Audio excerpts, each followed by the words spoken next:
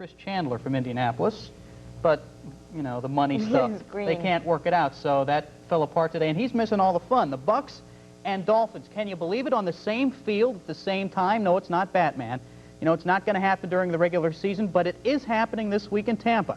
Today, the teams began their workouts, and Wing Sports Director Ken Tomash was there. The Dolphins hope they'll be here in Tampa for Super Bowl 25 in January. But on this first day of August, they're here beginning 4 days of joint workouts with the Buccaneers. Both coaches hope these workouts will tell them something about how good their teams are after a couple of weeks of training camp. It gives you a little bit more of an opportunity to evaluate just where you might stand, you know, working against other people. This is refreshing, working against somebody else, and I think everybody's excited about it. We want to have some good practices and then end up with a good scrimmage on Saturday morning. And the players finally get a chance to knock heads with someone else for a change. Well, I think it's a little extra incentive, and, you know, there'll be some pride and everything involved. And, you know, we got some pretty good guys on our team, too, so but it'll be just a little different situation. It'll be nice. We've been banging each other around for the last 2 weeks, and, you know, it's going to be a good change of pace coming here and get some new people and see how they do things. Tampa Bay and Miami will practice with each other twice tomorrow and twice on Friday before they wrap up this little get-together with a full scrimmage Saturday morning. With the Bucs and Dolphins in Tampa, Ken Tomash, Wink Sport. Okay, Ken and Craig Can will be in Tampa tomorrow, so we'll have some more on the Bucs-Dolphins workouts at 6 and 11. In college sports, the University of Arkansas accepted the invitation to join the Southeastern Conference. The Razorbacks will officially join the SEC next July. You know, the debate is already on. Will Nolan Ryan return next year? You got to wonder, I mean, what's left? He has a World Series ring, 5,000 strikeouts, and now 300 wins. Last night against the Brewers, Ryan became the 20th player to win 300 games. Ryan pitched 7 2/3 strong innings, striking out 8 before being removed.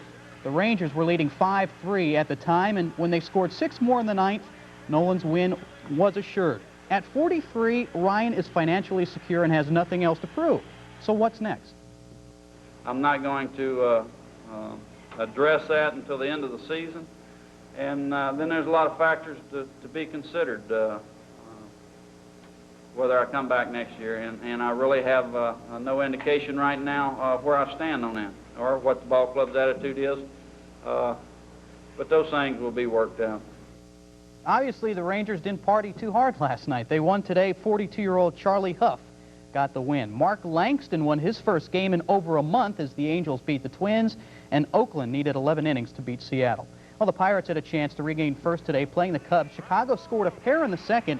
Ryan Sandberg with the shot off beneath his glove. That scored Greg Maddux, and the Cubs led 2-0. Everyone was having a ball. I've fallen, and I can't get up. Especially Luis Salazar's father. He's attending his first game today. Luis promised him 2 hits. This one drove in a biggie, 2-run shot. The Cubs won at 5-0. Greg Maddux with the 5-hitter. The Buccos loss drops them a half game behind the Mets, and there is that hat. Former Cardinal catcher Joe Torre is rejoining the team as manager. Torre replaces Whitey Herzog, who quit last month. Torre, who also managed the Mets and Braves, takes over tomorrow night.